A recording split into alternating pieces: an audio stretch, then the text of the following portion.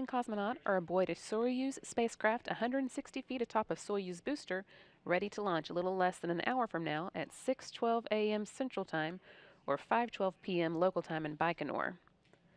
You're seeing a live view here of the Soyuz rocket on the Site 1 launch pad at Baikonur. A team of launch controllers are watching over all systems aboard the rocket, which is now fully fueled and ready for launch.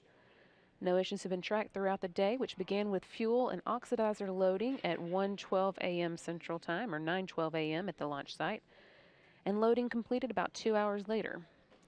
The launch vehicle's control systems have been prepared and the gyros were just activated. Good morning, everyone, from the International Space Station Flight Control Room. This is Mission Control Houston. I'm Brandy Dean, and I'm joined today by astronaut Kjell Lindgren, who got up a little bit early to come and sit with us on console, give us a little bit of extra insight about what's going on for the astronauts aboard. Thanks so much for joining us, Kjell. Oh, I'm so excited to be here. You know, anytime that we're watching a rocket launch, it's an exciting thing.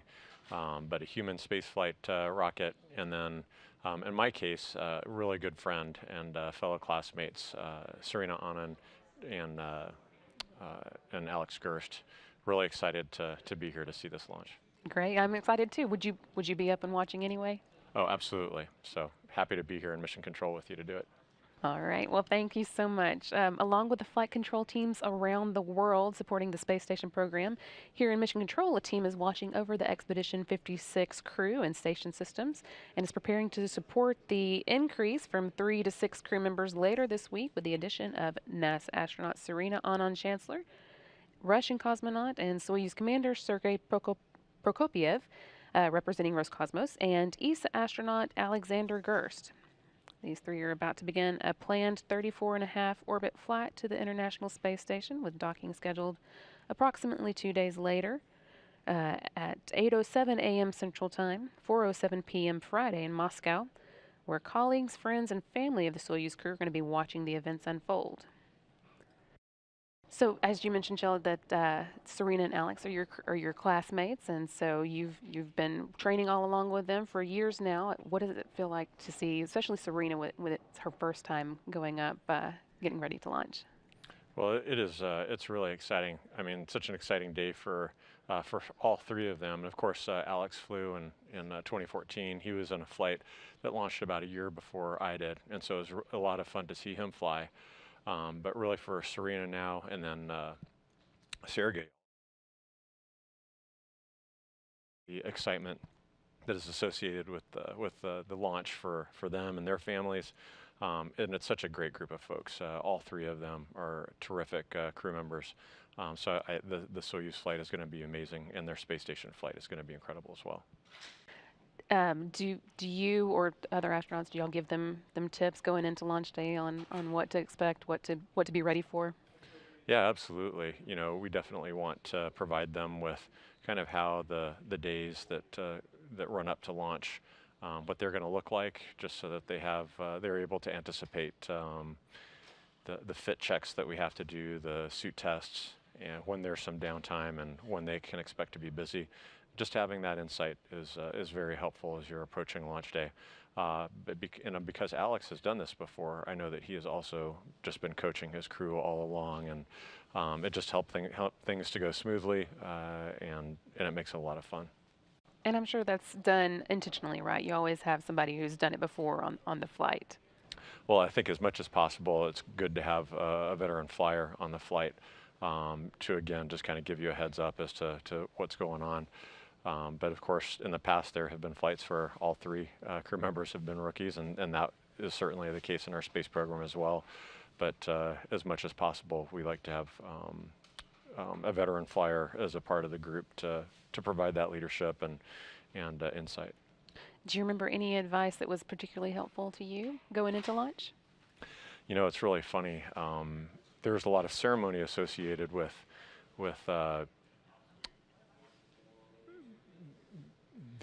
launch day and in fact the weeks that kind of lead up to launch day.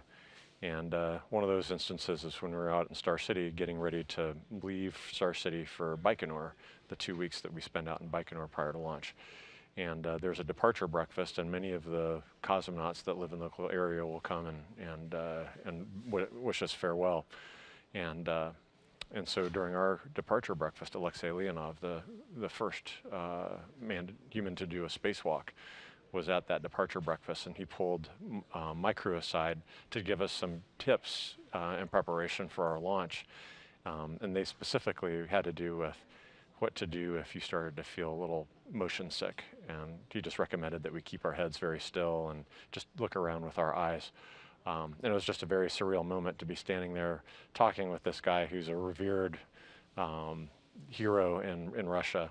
The first human to do a spacewalk, and to be getting advice, just prior to our launch. It was a very surreal situation. I bet. Well, for Serena and her crew members, they're going to be docking with the Rosvet module, which is also known as the MRM-1, at a port on the Earth-facing side of the Russian segment. You can see it pointed out here. And then they're going to be joining the current station residents on board: NASA astronaut and Expedition 56 Commander Drew Feustel, NASA astronaut Ricky Arnold, and Russian cosmonaut Oleg Artemyev, representing Roscosmos. Feustel, Artemyev, and Arnold arrived at the station aboard Soyuz MS-08 earlier this year on March 23rd. And so, Chell, you've also been on that side of the equation, welcoming a new crew to the space station. Is that something you look forward to, or are you going to miss the peace and quiet of having a few days of just the station to themselves? Well, it's interesting. I never had the peace and quiet of station to myself. During my mission, I had the privilege of flying with Scott Kelly. And so we had at least 6 people on the space station Right. at all times. But about halfway through our mission, we did have the opportunity to welcome a crew that was bringing up a new spacecraft for Scott and Misha, as the Soyuz spacecraft are only certified to be on orbit for 200 days. And of course, Scott and Misha were going to be up there for almost a year. And so we did welcome this taxi crew, bringing up a new spacecraft, and did get to welcome my friend Andy Mogensen, another fellow European Space Agency classmate. And it was just so much fun to see, his first kind of foray into weightlessness, moving around the spacecraft, getting to work a little bit as a mentor and helping him to understand, hey, this is where this stuff is. And because we certainly train a lot on the Earth as to the location of equipment and how to use various things, but you have to be reintroduced to it on orbit how things really work. And so getting to be a part of that, and he did amazing. I mean, he came up there and it was like he had lived up there before, and did an amazing job. But it was really fun to see that transition. I bet. Well, speaking of Andreas Mogensen, he is here in the space station flight control room with the team that's going to be monitoring today's launch and getting updates from the flight of their Russian counterparts. Flight Director Scott Stover is going to be on console for the launch, and capcoming for them today is Aki Hoshide of the Japan Aerospace Exploration Agency, and Mogensen of ESA, who's going to be the Soyuz specialist on console. During the Soyuz climb to orbit, tracking and telemetry is downlinked to ground stations along the flat path and routed to the Russian Mission Control Center outside of Moscow, which you're seeing a live view of here. If you have questions today during the Soyuz launch that you'd like to get answered during our show, feel free to send those to us on Twitter or social media using the hashtag AskNASA. We'll try and answer a few throughout the day as we head towards that launch, which is coming up at 6:12 a.m. Central Time.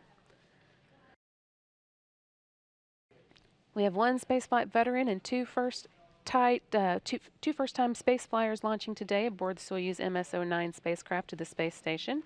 NASA astronaut Serena Auñón-Chancellor will be launching into space for the first time today. Both an engineer and a medical doctor, Auñón-Chancellor holds a Bachelor's of Science in Electrical Engineering from the George Washington University in Washington, D.C., a doctorate of medicine from the University of Texas Health Science Center at Houston, and a Master's of Public Health at the University of Texas Medical Branch in Galveston.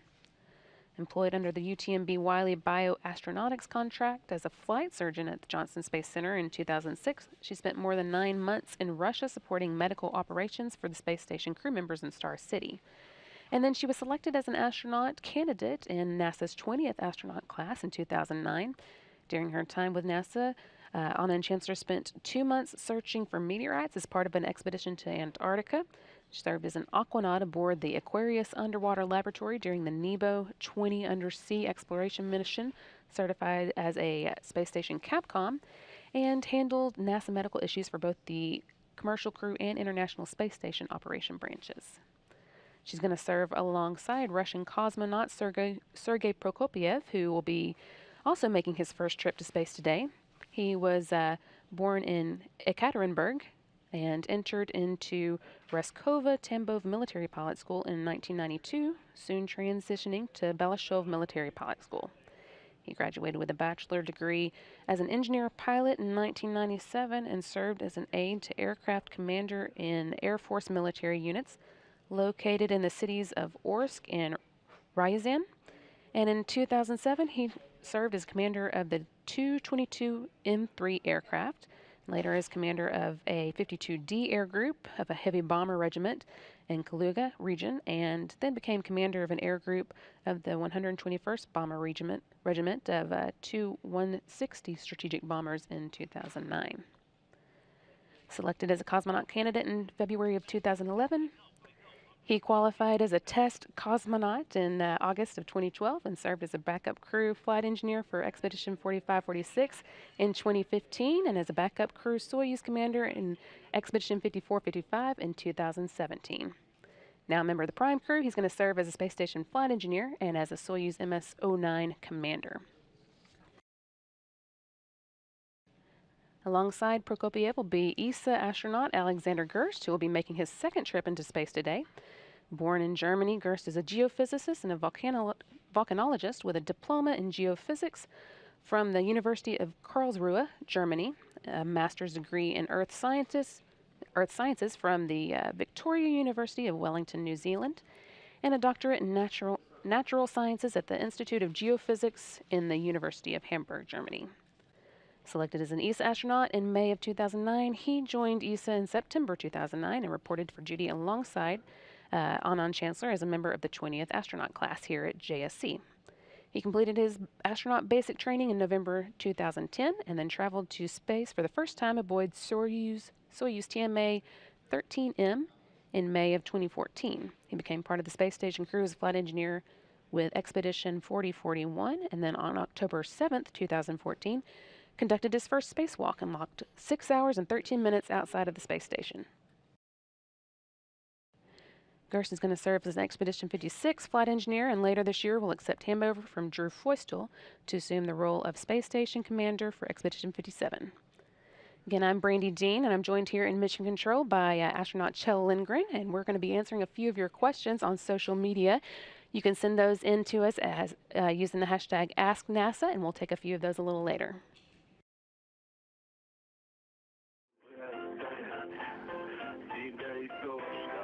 We're now 44 minutes away from the launch of Expedition 56 crew to the International Space Station. The mission launches under the call sign Altai, chosen by Soyuz MS-09 commander Sergei Prokopyev, named for the mountain range in Central and East Asia where Russia, China, Mongolia, and Kazakhstan come together. The crew patch shows the Soyuz flying high above the Earth. The crew call sign is represented by what we see of the planet below, the Beluga Mountains, the highest peak of the Altai. 3 white swans representing the 3 Soyuz crew members are shown by flying towards the International Space Station with each of the crew members' names and national flags shown around the patch's border.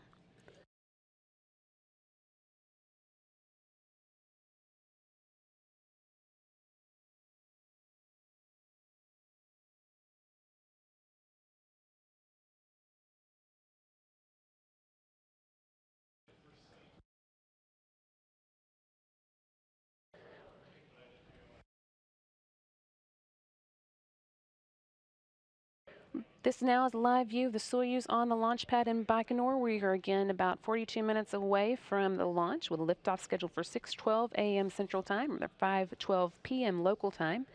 And again, I'm Brandy Dean with special guest Kjell Lindgren from the astronaut office here at Johnson Space Center. We're going to be answering questions today, and you can send those to us using the hashtag AskNASA on social media. We'll go ahead and take a couple of those now. Or actually, we'll go ahead and take a look at this B-roll that's coming in from that was recorded earlier today from Baikonur. The crew was awakened at 9:12 p.m. Central Time, Tuesday afternoon, or 5:12 a.m. local time in Baikonur today, about 9 hours before their launch, and they participated in their final pre-launch activities, starting here with the long-standing tradition of autographing the door of the Cosmonaut Hotel in Baikonur. Chell, I'm sure this is something you did. Do you remember where on the door your autograph is? Yeah, I'm looking at this door. I think that my autograph's on this one, but there are actually several doors. Traditionally, you sign the door of the room that you stay in, and so there are several doors, and I didn't see my signature there. And this is another long-standing tradition, right? The blessing for the crew before they go into space. Is that are these things that you look back on and remember fondly, or was it all a blur? You know, you definitely remember all of these events. They're just traditions that are a part of the run-up to getting your spacesuit on, and you can see them walking out of the cosmonaut hotel there towards the bus. They're going to have an opportunity to wave at their families, and all of this is just amazing. And you just treasure each of these events. As you're kind of walking towards the vehicles, you've seen this before as the backup, and it's just neat to be the prime crew and to know that at the end of all of this, there's a rocket launch. And you see them waving a few different times throughout their kind of journey from here to the launch pad, right? And so this is the crowd that's gathered outside the hotel, and that's media and just a big group of people. And they'll see people that are closer to them a little later, right? Well, the families actually, some of the guests are actually right there in the front of that crowd as well. And so right now, the crew is waving goodbye to everybody here. This bus is actually going to take them to Building 254, where they will start the suit-up process and then do the leak tests on their suits. And so, but at that point, there will be another opportunity to talk with their close family members and say goodbye. And it's one of the kind of funny occurrences with this whole run-up to launch is all of these multiple opportunities to say goodbye, and some of them are very public, and so you just have to be prepared to wave to your family several times. And this is what you were talking about just a moment ago with the suit up. This is Building 254 at the Baikonur Cosmodrome, and this is where they get into their spacesuits for the day. Yeah, that's right. And so you'll be donning your suits the next time that you take this suit off. It'll be in your Soyuz spacecraft. So this is something that you've done many, many times as you've prepared for simulations and for your fit checks. And but this one is pretty special because this time you're getting ready to fly. I'm guessing it's not particularly easy to get into, right? It looks like you need a little bit of help. There's a number of different steps. It's not too bad. These suits are basically custom made to fit you, and so they're quite comfortable. It's a front entry suit, and you could see the rubber, this kind of flexible rubber material in front. That's actually how you get in. You put your feet in first, and then you pull the top over your head, and then that rubber fabric actually just gets bundled up, folded up, and then a rubber band is wrapped around it several times. 2 of those are wrapped around that rubber material, and that essentially forms the pressure bladder, which is a very simple but very effective way to close off that bladder. And then that all gets zipped up, and you put your gloves on, and then you'll get ready for the leak check.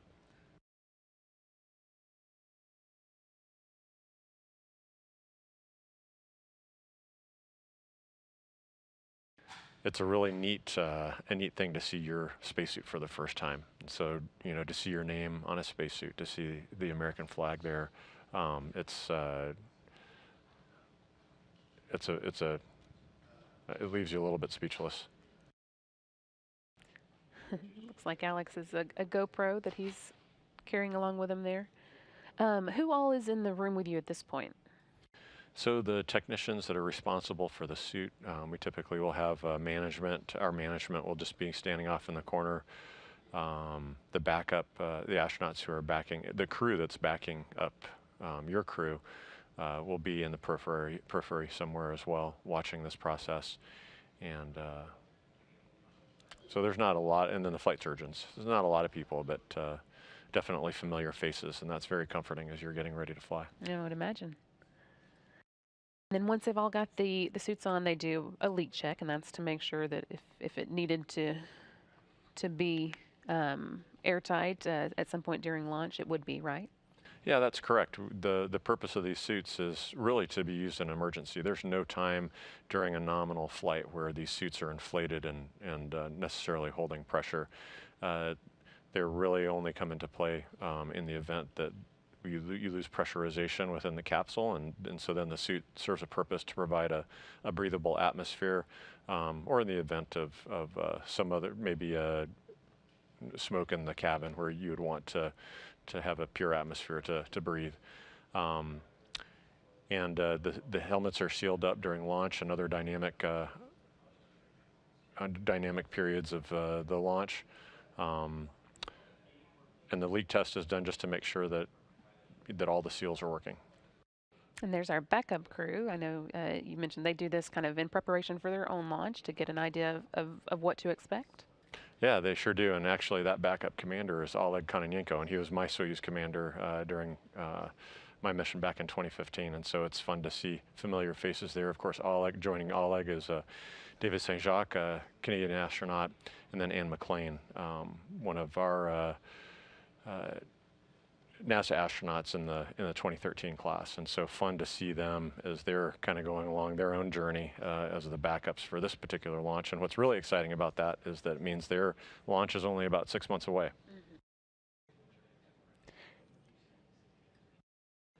And this is where the leak check part actually starts, right? What we were seeing earlier was a suit up, and this is the leak check. Yeah, that's absolutely right. So what happens here is that they get into the Kazbek seat. That's the acceleration couch that they'll sit in the Soyuz module itself. You can see the knees are pulled up to the chest, strapped in, and then plugged into the gas system. The helmet and gloves are sealed, and we seal up the suit and essentially check to see how long it takes to pressurize the suit to various levels. And if it takes longer than expected, then there's a leak somewhere in the suit that we need to adjust, and we'll typically open the visor and reclose it. We'll close the gloves, open the gloves and close those just to make sure to see if we can get rid of that leak. And then there's Sergei Prokopiev. It looks like getting to say goodbye to some of his friends and family who are there on the other side of the glass. And the glass is to protect from carrying any germs or bugs up to the space station, right? Yeah, that's right. The crew has actually been in quarantine for 2 weeks prior to this, and so any contacts or any of the contacts that they or folks that they will come in contact with during those 2 weeks are also being medically monitored. And the idea is to make sure that the crew is healthy as they're preparing to fly. And this is one of those awkward situations. You know, it's an opportunity to actually talk with your family and for them to again bid you farewell.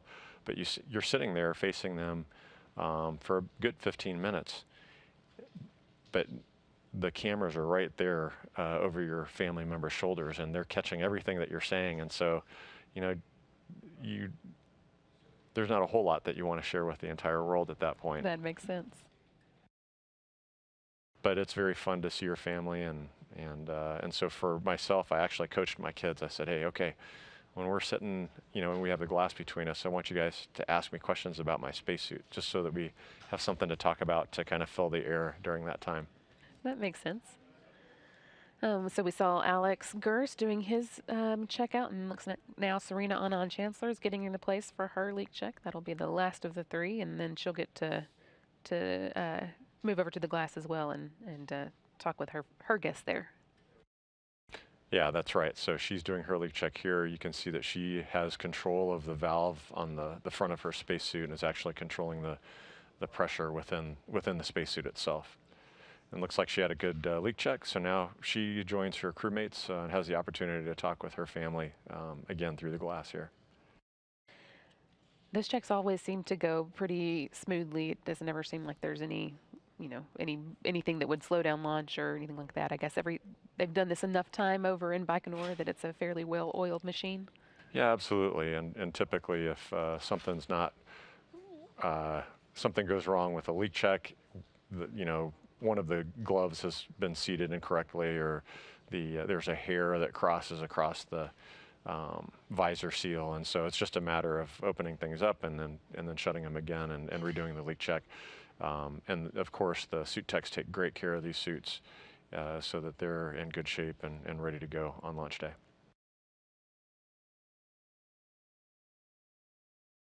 You can see that the crew, their families, everybody is just really excited. This is an incredibly exciting time. We're just really hours from launch at this point, and so spirits are high, and it's an amazing opportunity to just share this time with your family and friends. So this takes place about 4.5 hours before launch, and then just here in a minute, we'll see them waving goodbye again as they move on to the next stage of the preparations. Yeah, that's right. And right before they'll do that, after the crew's had an opportunity to talk with their family, then, as you can see in the video right now, they'll actually have an opportunity to talk with the heads of the space agencies, and these folks have the opportunity to wish the crew farewell as well. And there's the crew walking out. This took place at 3:12 a.m. Central Time, or 11:12 a.m. in Baikonur. And here they get back on the bus, and they go onto the launch pad. These scenes are all very iconic. The crew lining up, reporting in, declaring their readiness to fly. These are pictures that we've seen over and over, and so as a first-time flyer to be a part of this, again, you just almost feel like you're in a dream. Yeah, this is an opportunity to again wave farewell to your family, and this is going to be the last goodbye. Once you get on the bus and you're waving at your family, this is the last time you'll see them until you get home. And I noticed there's marks painted onto the sidewalk there. Do you practice that to know where to stand? We definitely talk about it. That part we don't practice. But again, when you first get to this parking lot, it's just a wide open parking lot, and so you see those squares over there, and you're trying to think in your mind, how is this all going to work? And so your veteran crew member kind of lets you know where what's going to happen here, and it's pretty easy. Makes sense that astronauts will be smart enough to figure that out. This is the crew arriving now at the launch pad. The ride took about 25 minutes, and they were able to make it there at 3:37 a.m. Central Time, or 11:37 a.m. in Baikonur. And this is an amazing thing. You pull right up to the base of the rocket. I mean, you're really not more than 20 yards from the base of that rocket, and so you're, again, folks from your space agency are escorting you up to right up to the base of the rocket here. All these people are standing there right next to this fully fueled rocket. You climb up on that rocket gantry, you turn around, and then wave farewell to all of the people, this incredible team that's helped you make it to this day. And do you, at this point, take a deep breath and think, okay, this is it? Absolutely. You're doing that. You're taking deep breaths all along this whole journey because, this represents years, decades of hard work, years of training and preparation for this day, and then that day is finally here. And it's a little like, I always talking with folks that went through the flow. Once you've done your backup launch, and that last 6 months just goes in a blur. It feels like you're at the top of a slide, and you're on this downward slope, and everything starts coming quickly, and this is part of that. Now, climbing up that rocket gantry into this impossibly small elevator. I remember I had my nose in a corner and was kind of smushed in there, and this takes you up to the top of the rocket. And does it seem very, very far up from when you get to the top? You know what? I don't recall really having a good view from the elevator. I just remember at the top of the elevator turning around and seeing the hatch that leads into the BAO, which is the habitation module. And so you will, one by one, climb into the BAO. They'll take the overboots off of your spacesuit, and you'll turn around and then drop down into the capsule, and there's a technician in there to help you strap in. It is surreal, exciting, absolutely amazing. Well, the crew's been aboard now for about 2 hours, and the rocket itself was fueled about 3 hours before launch.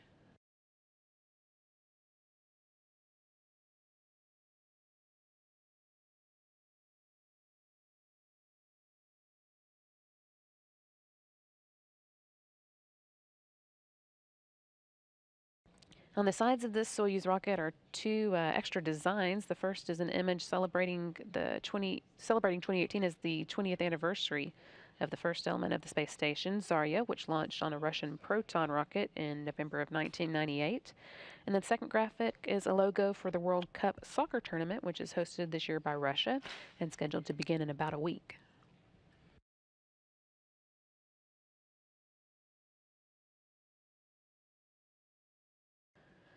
Welcome back to our live coverage of the launch of Serena Auñón-Chancellor, Sergei Prokopiev, and Alexander Gerst to the International Space Station. The launch pad's service structures components have been lowered and the clamshell gantry towers have been retracted in preparation for liftoff. Suit leak checks are now underway. Began around 5:35 a.m. Central Time. And the emergency escape system has been armed. This escape tower would fire in the event of a problem during launch. The system is designed to pull the spacecraft and crew clear of the booster, enabling the Soyuz capsule to parachute to a safe landing in the event of an emergency during the launch or early stages of the climb to orbit. As we get closer to launch, we'll see several other events unfold. 4 minutes prior to the launch, the combustion chamber nitrogen purge begins. Then at T-minus 2 minutes and 45 seconds, booster propellant tank pressurization takes place. Events continue as the first umbilical tower separates at T-minus 35 seconds, and the second umbilical tower separates at T-minus 15. Then at T-minus 12 seconds, the launch command is issued, culminating in the launch of the Soyuz spacecraft as the countdown clock reaches 0 at 6:12 a.m. Central Time or 5:12 p.m. local time in Baikonur.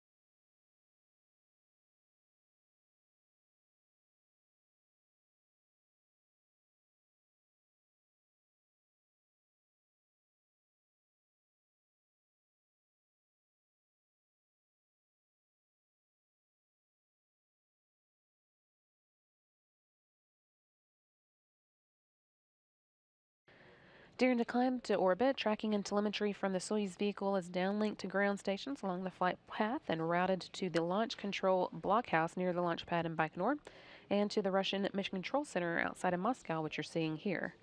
Flight control is controlled from Baikonur until shutdown of the third stage engine, and then it's transitioned over to the Russian flight control team. So, Chell, can you kind of go through with us what happens during launch? The first thing is the first stage of the rocket shuts down about a little less than 2 minutes after launch, and then. Yeah, that's right, and that's a fantastic first couple of minutes. You know, I couldn't really tell when we had lifted off, and you really can't tell unless you look at the clock because the engines start to run up about 8 seconds prior to launch. and burn off enough fuel so that the weight of the vehicle, the thrust being provided, overcomes the weight of the vehicle, and you slowly start to pull away from the Earth. And you don't so much hear it as feel it. Just feel the vibration of these massive engines running up behind you. And so you slowly pull away from the Earth. Based on the clock starting, you know that now you've actually launched and you've cleared the tower, and you feel the slow onset of acceleration as you're pulling away from the Earth. Definitely feel when those first stages come off, and those stages look like cones, 4 of them on the outside of the base of the rocket. And I remember talking about this with some kids at a school one time, and they said, "Hey, you know what? Those look like carrots."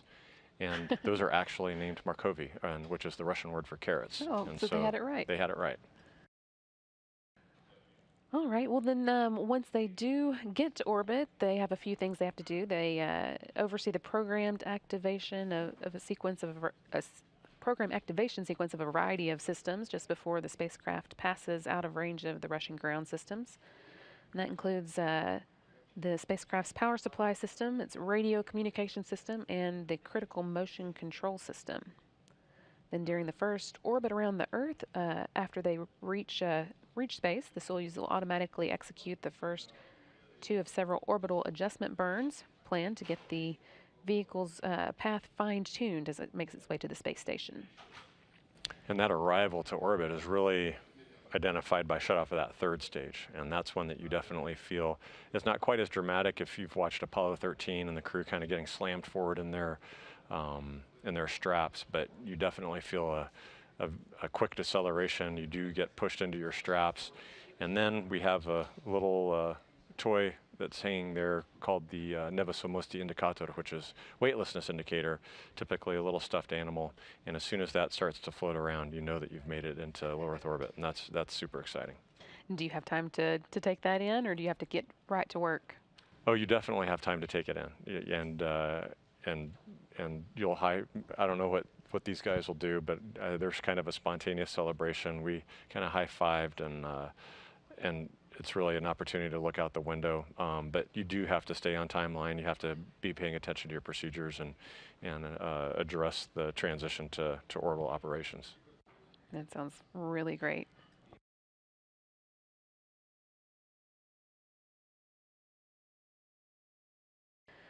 The Soyuz rocket itself stands 162 feet tall right now and weighs 680,000 pounds and consists of the Soyuz MS-09 spacecraft inside a protective shroud at the top and the 3-stage Soyuz-FG booster below. The spacecraft was mated to its booster and the 3 main stages were joined together last week on Tuesday, and then the entire rocket began its trek to the launch pad just after 7 a.m. on Baikonur time on Monday, arriving less than 2 hours later, and it was raised into its vertical position for the pre-launch preparations. And Soyuz spacecraft, with its 3 crew members on board, sits high above the 3 stages of the Soyuz booster, which uses kerosene and liquid oxygen as the propellant. And the first stage has 4 liquid engines that are strapped to the side of the core vehicle. Each burns for about 1 minute and 58 seconds before they drop away. You can see what the last few seconds before launch will look like here as the engines ignite. The core engine of the first stage also serves as the second stage, which continues to burn 4 minutes and 57 seconds into flight. And there's a liftoff in this animation that shows you what to expect today. And the third stage of the Soyuz has a single engine that will ignite just before separation of the second stage, helping to push it away. That'll burn 8 minutes and 45 seconds into the flight, and at that point, Soyuz will be in its preliminary orbit. And there we could see the abort system pulling away, and now separation of those first stage, and especially at night as those 4 rockets fall away, you can see these 4 dots surrounding the main dot of the spacecraft, and that's pretty cool to see. Do you have a preference on night versus daytime launches?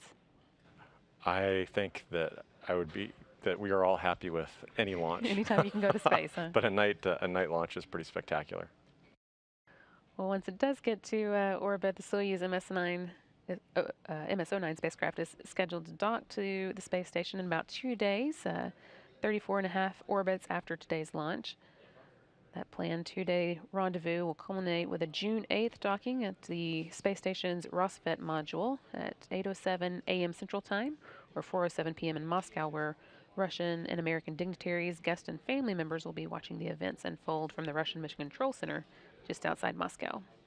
So that is a long journey for them. I know you got to do it in a little bit less time, right? Yeah, that's right. So this 2.5-day rendezvous profile was the standard for many years. And then several years ago, based on changes with avionics and other changes with the spacecraft, they were able to pare that down to a 4-orbit rendezvous, which takes just 6 hours to get from launch to the International Space Station. And so that's the launch profile that we used.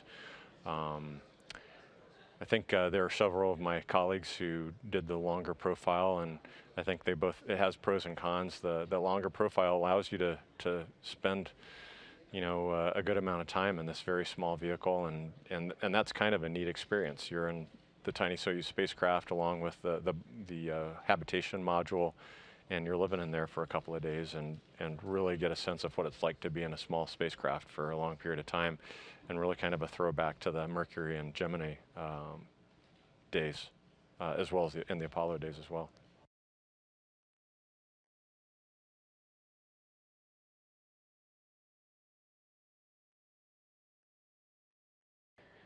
Atop the rocket within the Soyuz MS-09 spacecraft, again, are Serena Auñón-Chancellor, Sergei Prokopyev, and Alexander Gerst, now 15 minutes away from launch.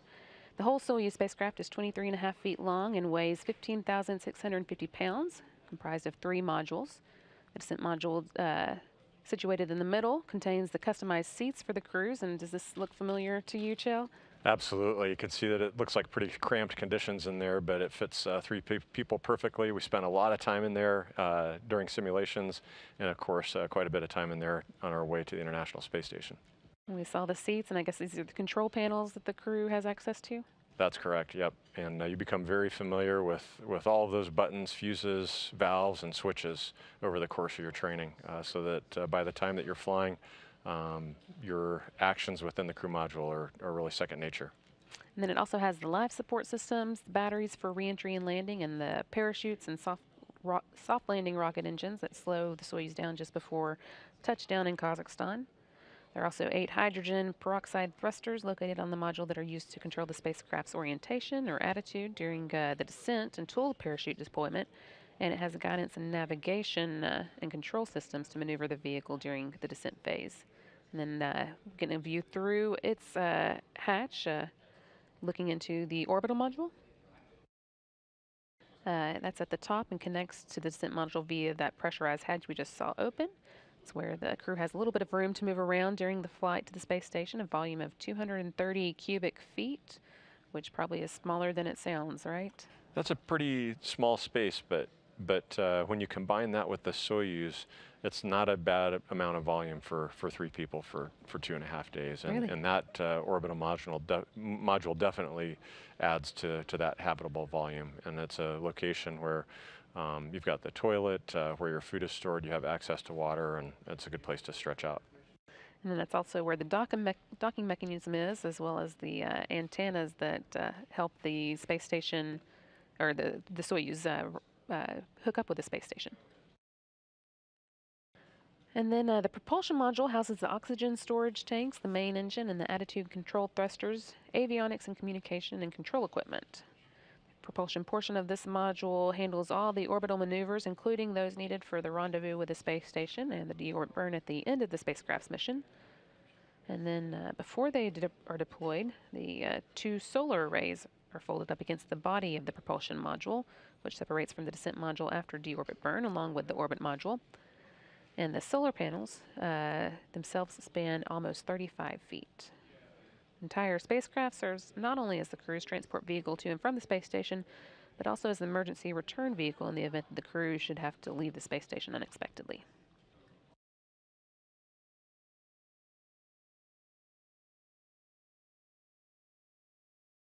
Back now with a live view of the Soyuz on the launch pad in Baikonur, 12.5 minutes away from launch, with liftoff scheduled for 6:12 a.m. Central Time today, or 5:12 p.m. local time in Baikonur. A group of NASA representatives is there in Baikonur, just a short distance away from the launch pad. And for an update on activities there, we're going to go now to NASA Public Affairs Officer Rob Navius. Brandy, it's a warm afternoon here in the Central Asian desert as a multinational crew prepares to begin its two-day journey to the International Space Station. Just 3 days after a trio of space station residents landed northeast of the Baikonur Cosmodrome, another trio is poised to replace them. U.S., Russian, and European space officials and a large gathering of family and friends are here at the Cosmodrome for this launch, which has a diplomatic flavor. The U.S. ambassador to Russia, John Huntsman, is attending today's launch, along with Germany's ambassador to Russia. And ESA's Alexander Gerst is receiving an historic send-off for his second flight into space, with the presence of Germany's first astronaut, 81-year-old Sigmund Jähn, who on August 26th will celebrate the 40th anniversary of his launch from this same launch pad here in Baikonur. After launch and a few hours of rest, we'll fly back to Moscow and await the arrival of the crew at the station on Friday. The Russian Mission Control Center outside Moscow is where we will be to bring you the coverage of Friday's docking and hatch opening. In the meantime, with launch time approaching, we are all set for the start of another mission to the International Space Station. That's it from the Baikonur Cosmodrome in Kazakhstan. Now back to you at Mission Control in Houston.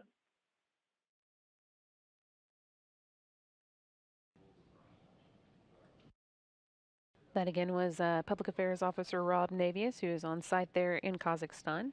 Back now with this live view of the Soyuz on its launch pad, a little over 10 minutes away from launch. And in just a moment now, the Soyuz vehicle gyros and onboard flight data recorders are being activated. Launch preparations will soon be complete. They should wrap up at 6:05 a.m. Central Time. Again, we're on schedule for today's 6:12 a.m. Central Time launch.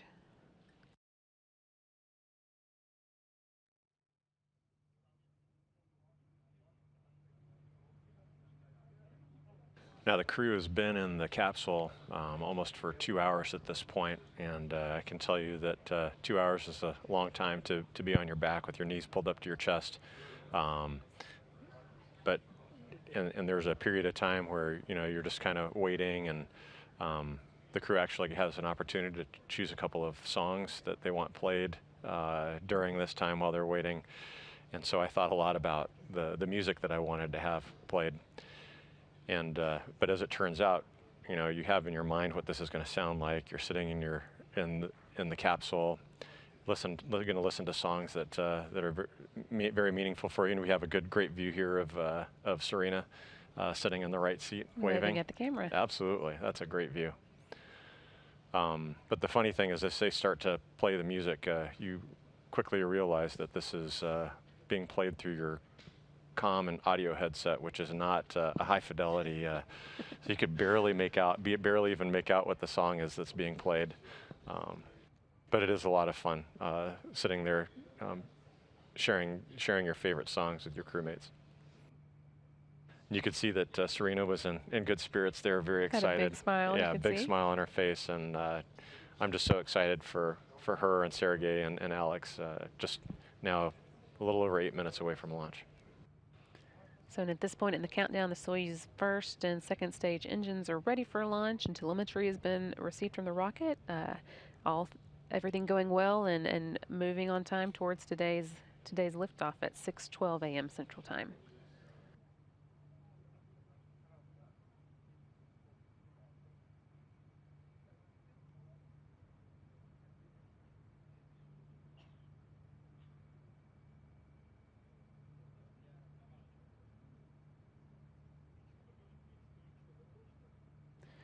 Is there much for the crew to do at this point, or they just need to wait?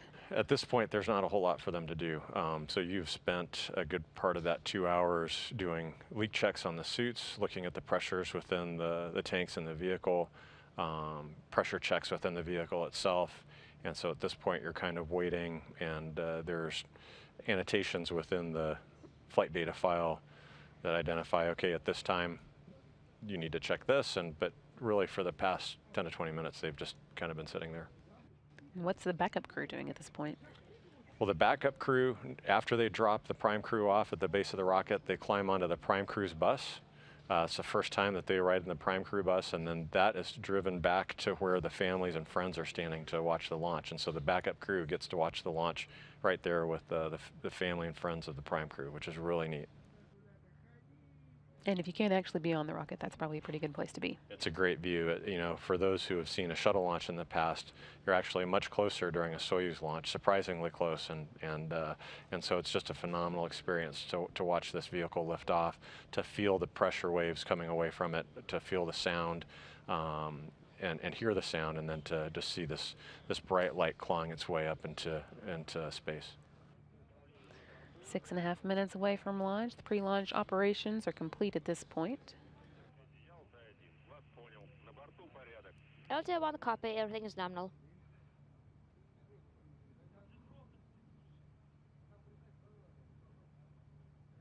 Another view inside the cabin, looking at the crew. That's Serena Auñón-Chancellor, Sergei Prokopiev, and Alexander Gerst awaiting their liftoff into orbit and journey to the space station coming up in 6 minutes now.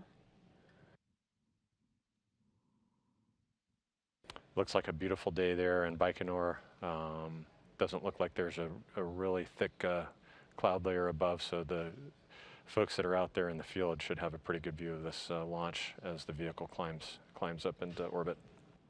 And now that we've passed the 6-minute mark, the launch key has been inserted into the launch bunker, and that is a real key. It transitions the launch sequence into automatic mode.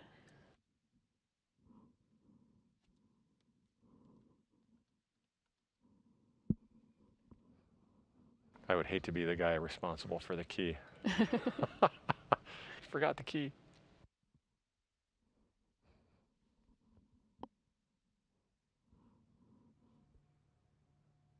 They say that?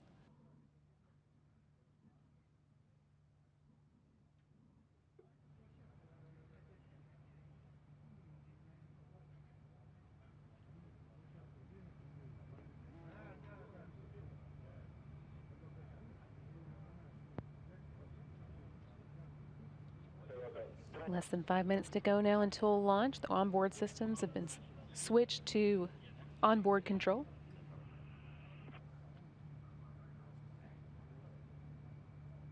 Commander's cockpit displays and controls have been activated, and the crew members are closing their helmets, which puts them on suit oxygen. And all along during this time, these are very familiar actions. These are things that we practiced over and over and over in the simulator, and you could almost convince yourself that you're in the simulator at this point, surrounded by very, very similar surroundings.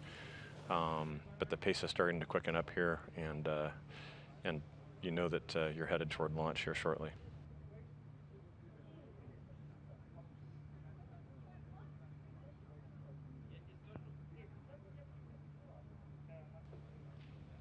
Four minutes to go now.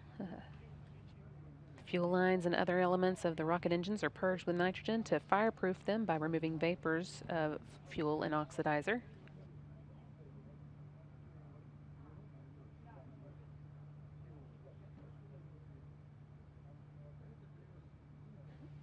And the weather in Baikonur, as Chell was just saying, is clear today with temperatures around 95 degrees Fahrenheit.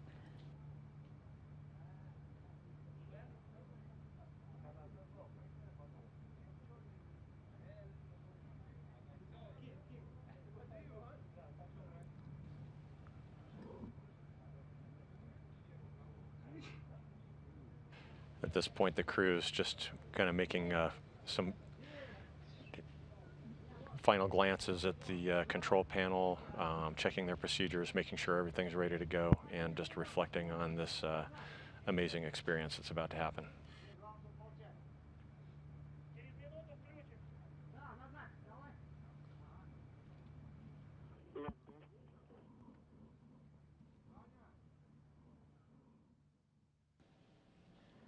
Two minutes and 45 seconds left. The booster tank is being pressurized for flight. That optimizes the flow of fuel and helps add structural support to the rocket.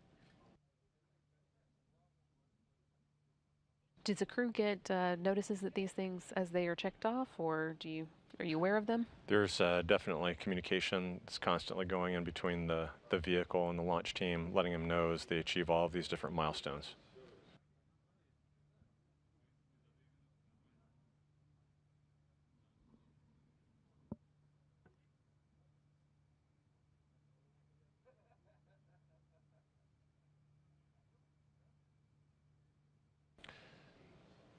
And what differs now from the simulators, you start to hear a lot of the mechanical processes as fueling and pressurizations are being completed, umbilicals and various parts of the launch gantry being pulled away. And this is different than being in the simulator, and a reminder that this is the real thing, and that is really exciting.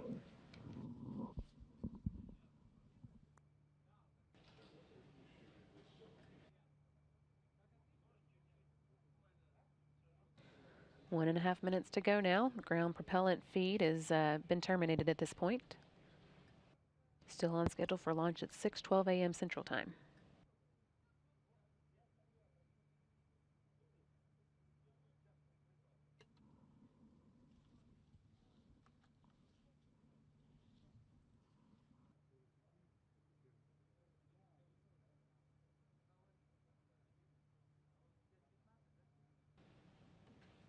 Just 1 minute to go now. Soyuz now on internal power in preparation for its flight to the space station.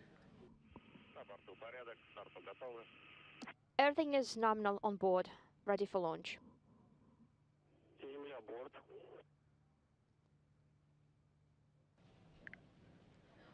And 40 seconds away, that's the first umbilical tower separating from the booster. Should have auto sequence start now.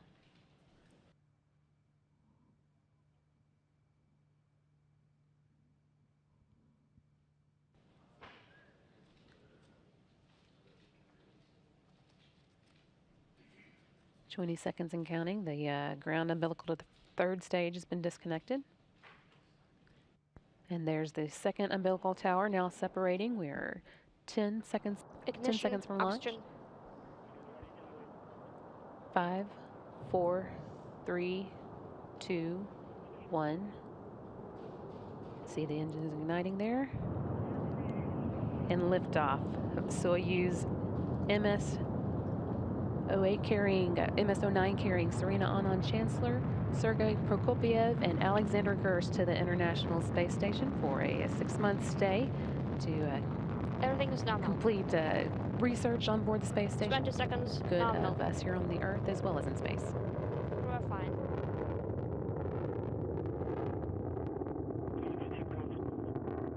30 seconds. Beautiful. Everything is nominal.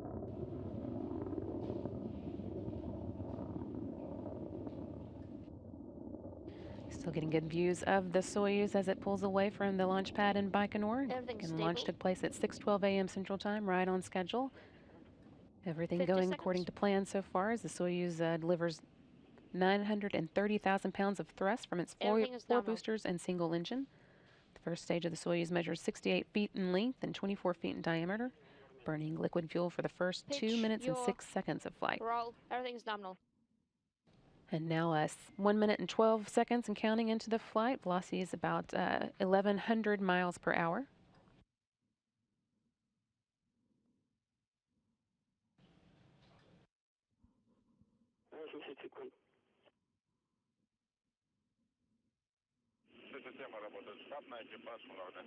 Systems are nominal. Crew are good. Still getting great views of the Soyuz. Now 1 minute and 45 seconds into today's flight.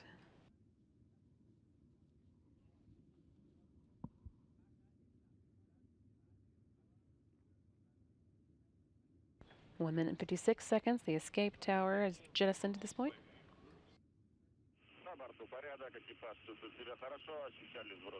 And right at the end of the Everything video is there, you nominal, could see correct. those strap-on boosters, that first stage coming away and First stage separation. tumbling away from the vehicle. Absolutely beautiful. They drop away at an altitude of 28 statute miles. Soyuz traveling now at about 3,300 miles per hour. Great view of parameters the are crew nominal. inside the cabin. You can see Alexander nominal. Gerst at Feeling at the good. top of the screen, and Sergei Prokopiev at the bottom. Now 2 minutes and 38 seconds. Launch shroud should be jettisoned now, and the rocket's altitude is 48 jettisoned. miles above the Earth. And that's a time that I had annotated on a little sticky note, also annotated in my flight procedures. That's a view of the Parameters first time you nominal. have an opportunity to look outside your window and see a view from Earth, a view from space. Crew And feeling we're good. actually getting a new view here. This is some new external rocket cameras that are going to be replacing some of the in-cabin views that we normally get, looking down as the Soyuz continues to make its ascent into orbit. LTI 100 kilometers. Everything performing as expected. Core Everything is stage of nominal. the Crew good. Soyuz is 56 feet in length, 13.5 feet in diameter, with a single engine with 4 fuel chambers providing 178,000 and 222,601 pounds of thrust for its 3 minutes and 210. 28 seconds of Parameters nominal. operation. Stage will continue to burn until the 4-minute and 43-second mark. Soyuz uses what's called a hot stage technique. The third stage will ignite while the second is still burning. That's why the Soyuz has an open area in between the second and third stages.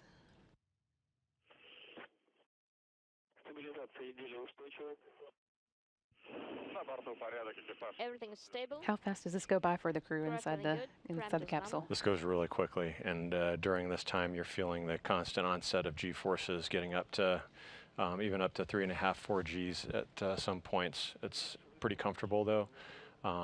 You're sneaking peeks out of the window Pitch your every once in a while. rotation That nominal. first view of the arc of the Earth's horizon with the blues and whites of the clouds is just breathtaking. Everything continuing to work nominally as the rocket continues to make its ascent. Everything's nominal. Crew good. Copy.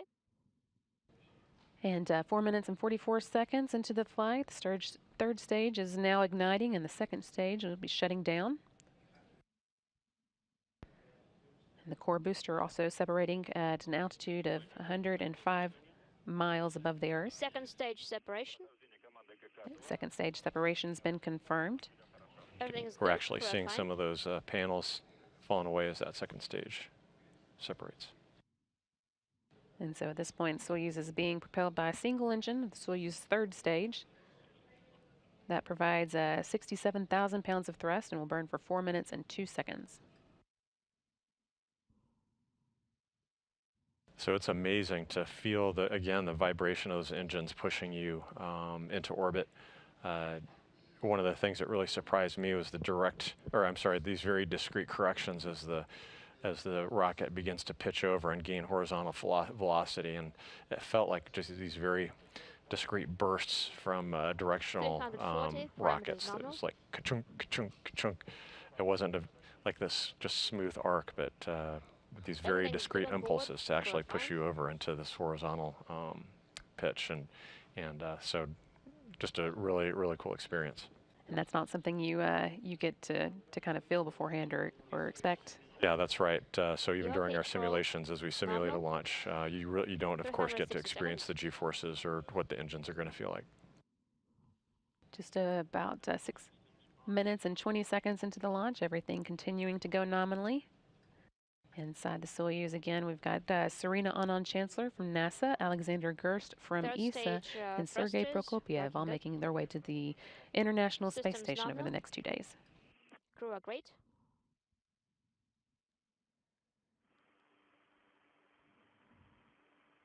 And this is a unique view. It's neat to actually have this perspective to see how the engine's performing here and to see that second stage Everything's fall away stable. and see the Earth below. Yeah, we usually see the Earth from a little bit higher from the International Space Station. That's right. 7 minutes now in today's flight, 420 all seconds. continuing to go well. Pitch your rotation nominal. Crew are feeling good.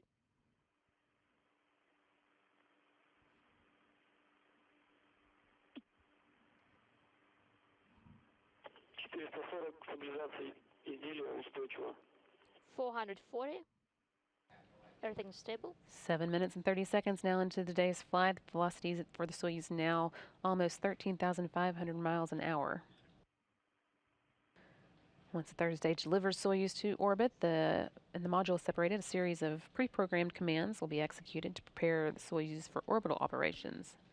Those stored commands are called time tag commands and allow many of the Soyuz systems to be automatically activated by onboard computers at precise times stored in those computers.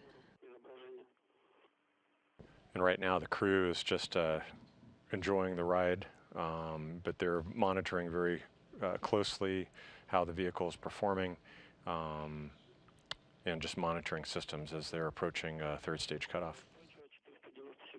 Everything is stable. 490 seconds.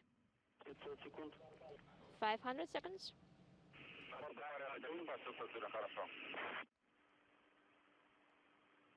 8.5 minutes now into the flight. Everything continuing to go well. I like this external view, but I kind of miss getting to see the crew on the inside. Agree.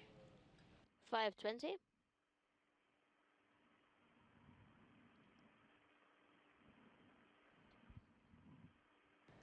Okay, 8 minutes and 52 seconds now into the flight. Third stage cutoff has occurred, and there is a separation. That's the single liquid-fueled engine now shut down and dropped away at an altitude of 126 statute miles. It's performing an avoidance maneuver by opening a valve in its liquid oxygen tank. Dima is here. That was awesome.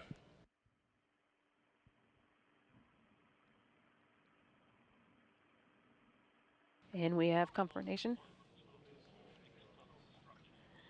Confirmation now that everything deployed as expected with the antennas and solar arrays. We saw the spacecraft separate and the capsule and crew now safely in orbit. Soyuz orbiting an altitude of 143 miles by 118 miles, and that orbit will be raised systematically over the course of the next 2 days to get it into place to rendezvous with the International Space Station. So that means that they're in space, right? That's absolutely right. That is a fantastic feeling to ride that rocket in just a little over 8.5 minutes, 8 minutes and 45 seconds to make it into low Earth orbit, to feel that third stage cut off, to see those weightlessness indicators start to float. And for a first-time flyer, it means that you've realized a lifelong dream to make it into low Earth orbit. Yeah, I always think it's interesting. Y'all train for so long, it takes years to get there, and then actually 8.5 minutes to actually get to space. Yeah, it is unbelievable. And so now the crew will be busy with kind of converting the vehicle over to on-orbit operations, but you do take a minute here to just look out the window and just appreciate this amazing experience and having achieved this incredible milestone. And what's that first view like? Oh, the first view is absolutely fantastic. And you actually get to sneak some views out the window during the launch, but you don't have the opportunity to just kind of stare out the window like you do once you've made it into low Earth orbit. So to really look back at the Earth, to have that first personal view of the Earth, the arc of the horizon, that thin atmosphere, the beautiful blues and whites of the ocean and the clouds. You've seen it in pictures before, but to actually experience that with your own eyes is indescribable. I can't imagine. I wish everybody could have a chance to see it.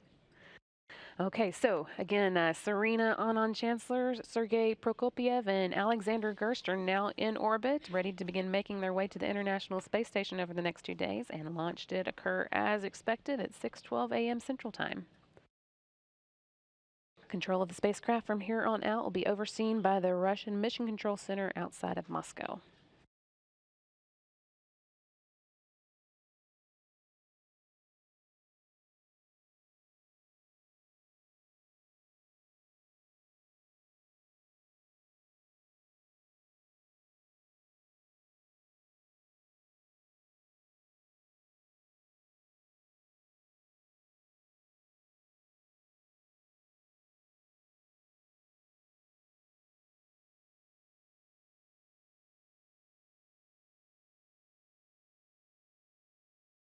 Okay, so we've been promising to take questions from social media throughout this show, and got a little a little busy and haven't been able to take some, but we have some time now, so we'll take a few. And I think our first one is from Anja on Twitter, asking, why does it take 2 days for Astro Alex and the crew to get to the space station when it's possible in 6 hours already?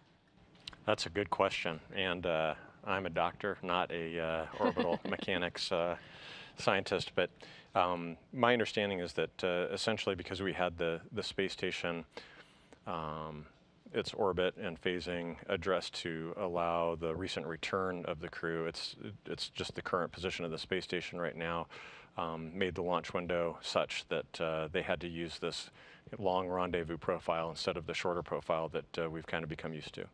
That makes sense. And speaking of being a doctor, Serena is also a doctor, and I know she is very interested in what she's going to be able to do as far as research that involves the human body being kind of a guinea pig, I guess. So is that something that was of special interest to you as a doctor during your time on the station? Absolutely, and so I had the privilege to serve with Serena as a flight surgeon. So we were both flight surgeons working for Wiley UTMB earlier in our careers before we joined the astronaut office. And so getting to work with her both here in Galveston and at JSC, and then also in Russia supporting operations and training over in Star City, Russia, was phenomenal. So I've known Serena for a long time. She's a good friend, and so it's just been an incredible experience to watch her launch this morning. I know that she, like myself, very interested in the effect that weightlessness has on the human body.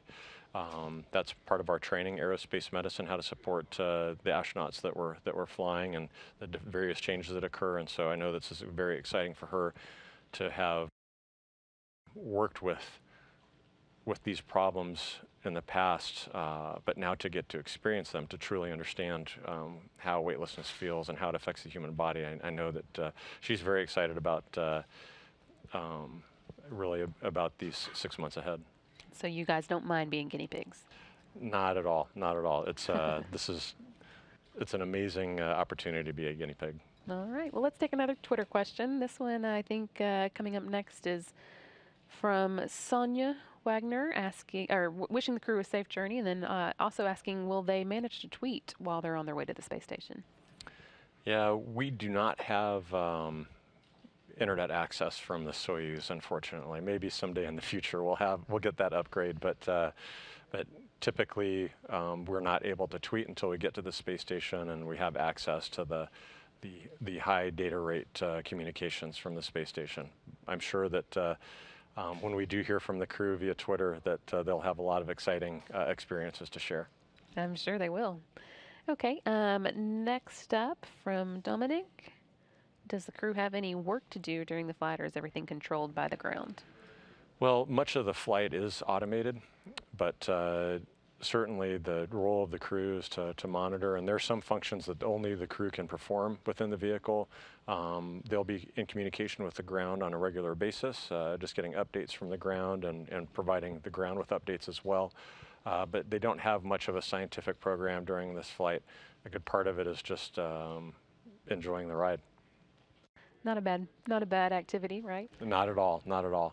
Okay, and our next question from Alex goes back to before the crew had actually launched, as they were after they were in their spacesuits.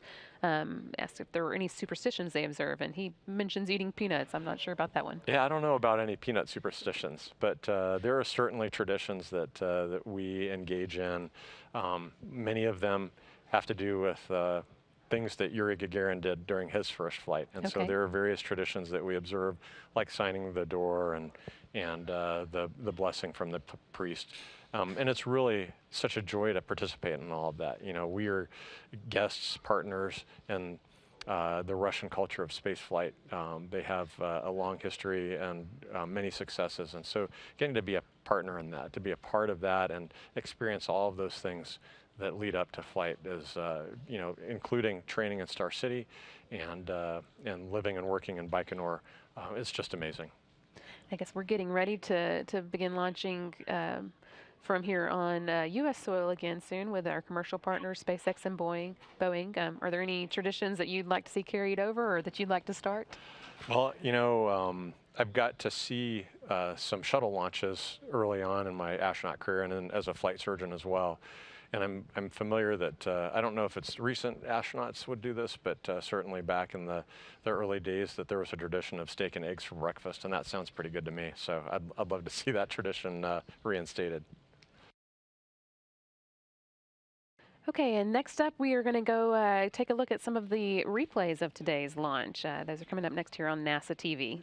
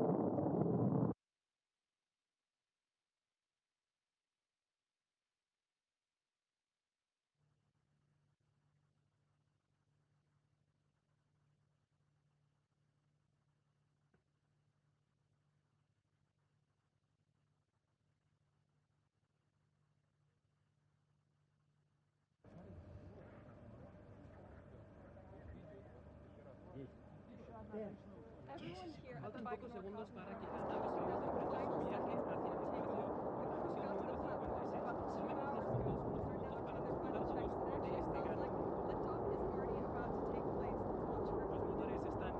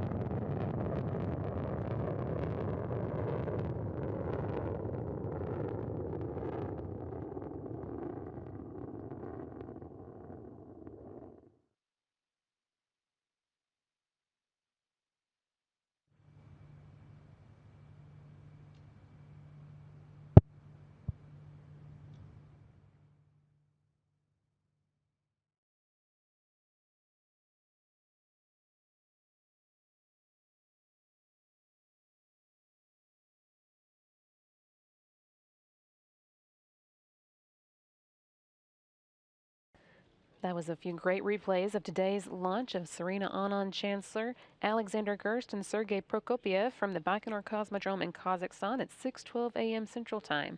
They're now safely in orbit and on their way over the next 2 days to the International Space Station, where they'll spend 6 months conducting research off the Earth for the Earth. They're scheduled to arrive on Friday and will be docking at 8:07 a.m. Central Time.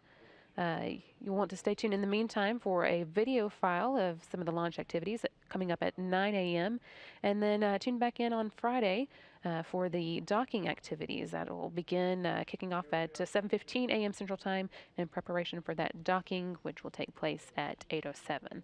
After that, we'll also have coverage of the actual hatch opening when they are able to greet their new crewmates on board the International Space Station. That'll pick up at 9:30 a.m. for a hatch opening at 10:05. That's all that we have for you today here on NASA TV, but we hope you have a great day, and thanks so much for tuning in. This is Mission Control Houston.